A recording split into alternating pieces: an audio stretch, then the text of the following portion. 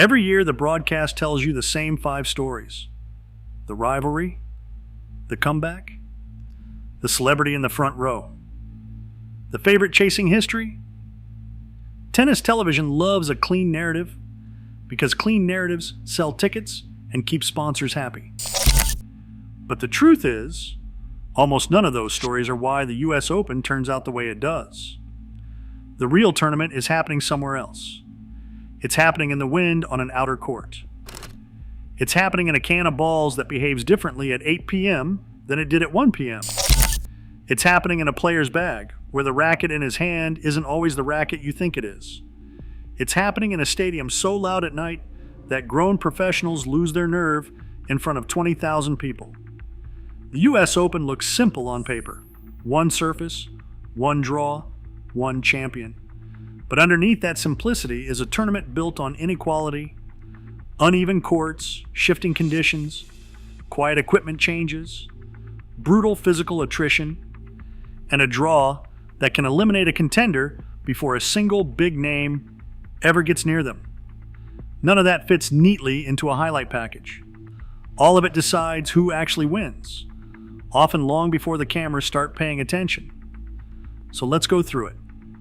7 things the cameras never really explain. The first thing people assume is that every court at Flushing Meadows uses the same official surface. Same paint, same specs, same blue and green color scheme on television.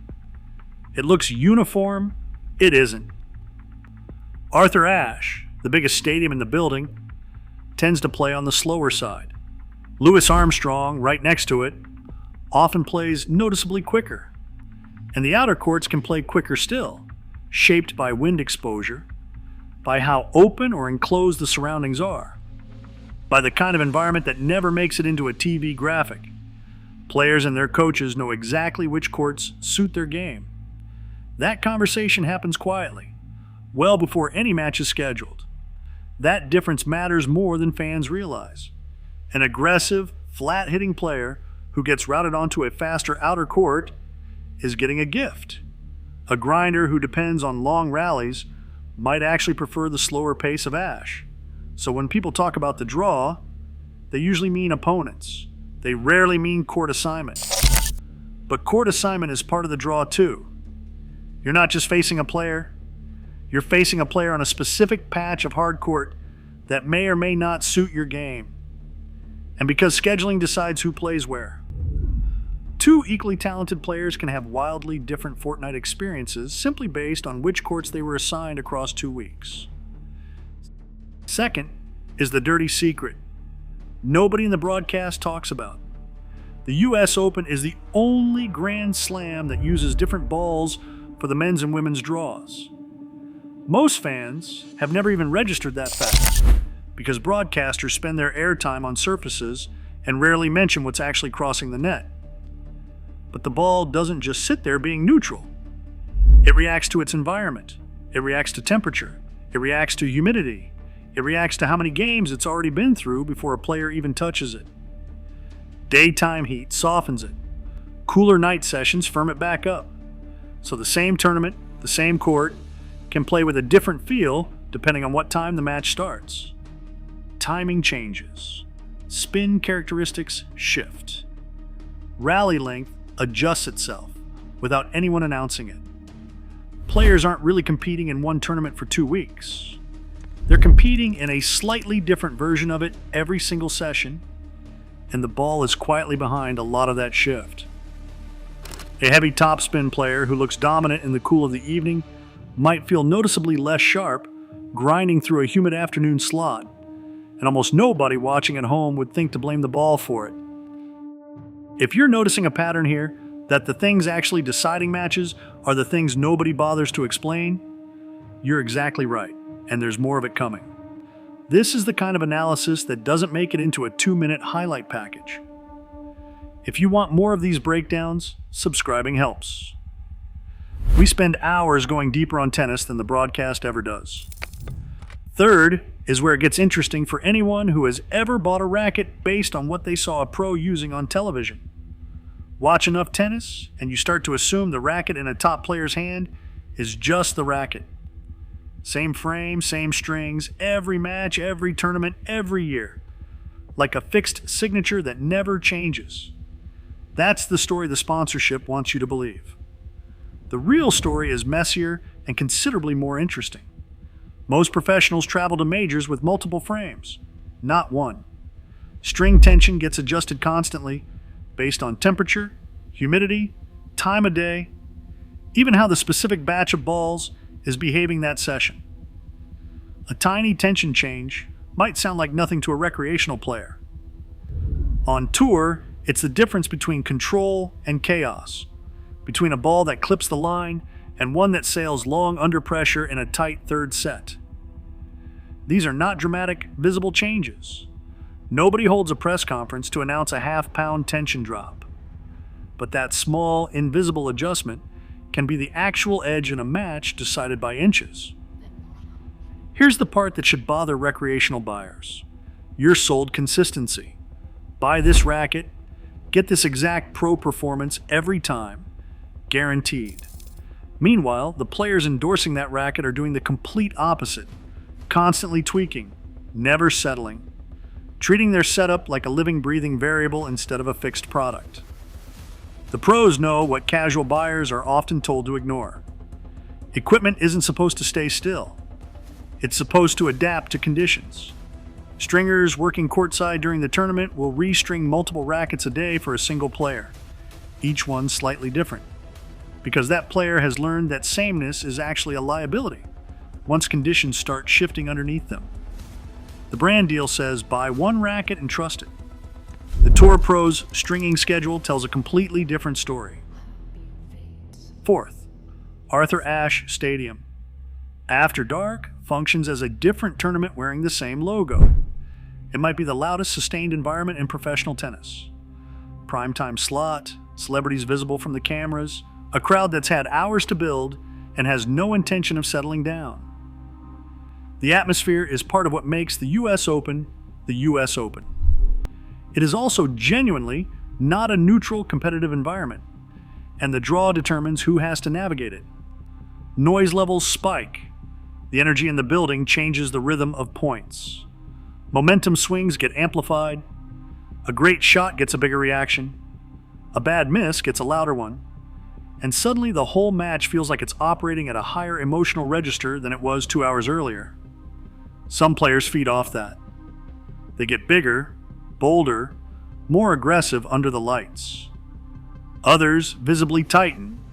First serves shorten slightly. Decision-making slows just enough to cost them points they would have won at noon.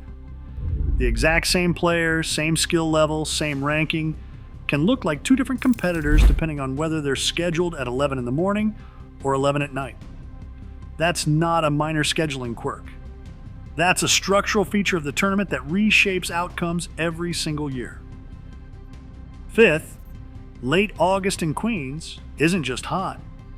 It's an endurance test wearing a hard court costume. Late August in Queens isn't just hot. It's an endurance test wearing a hard court costume. Broadcasters will put the temperature figure on screen and move on. They almost never explain what that number actually does across a 5-set match played in direct sun, with high humidity, against an opponent who has already been on court for 3 hours and is showing no signs of slowing down.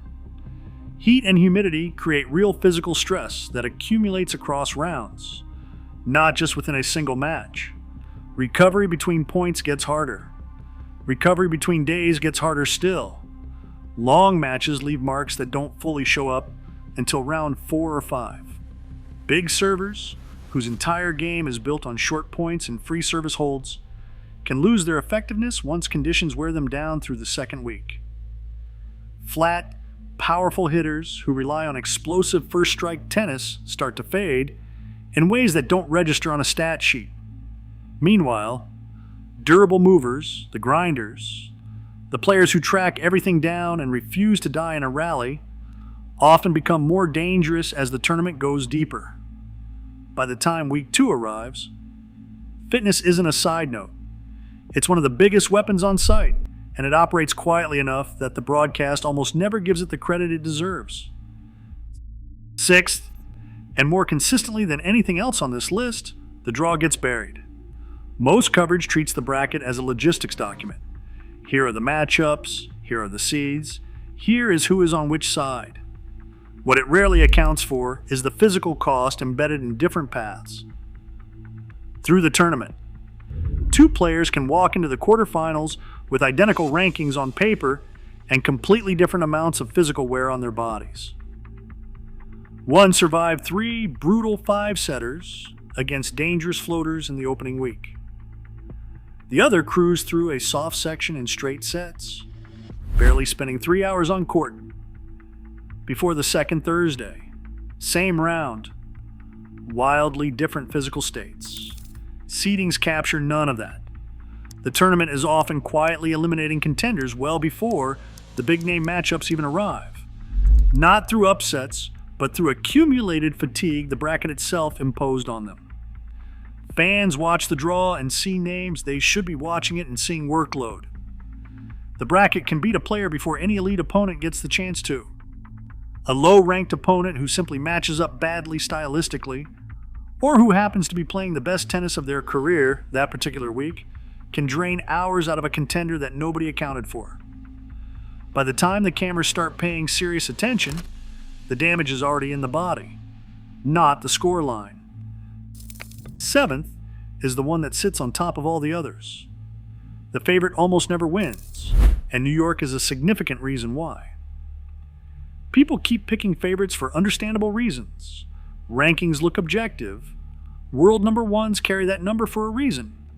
Betting markets reinforce reputation, and reputation feels like it should count for something across 2 weeks of tennis. But this tournament has a specific, repeating habit of punishing exactly that kind of certainty. The US Open produces outcomes nobody predicted with a frequency that should give everyone pause. Conditions here reward players who embrace aggression, who thrive in noise and chaos. New York is uniquely volatile. The unequal courts, the shifting ball, the noise, the heat, the brutal bracket, all stacking on top of each other into an environment where surviving the fortnight can matter as much as raw talent. The best player on paper, ranked number 1, favored by every sports book going into the fortnight, is frequently not the player best built for what this tournament actually demands. New York has a way of finding that out. So add it up. Courts that aren't one surface but several. A ball that shifts behavior session to session. Equipment adjusted constantly behind the scenes while being marketed as fixed. A night session functioning as its own separate event. Heat that quietly flips the advantage toward grinders. A draw that exhausts players long before a marquee matchup arrives. And a tournament with a long reputation for humbling whoever walked in as the favorite. None of that gets a dedicated graphic during the broadcast.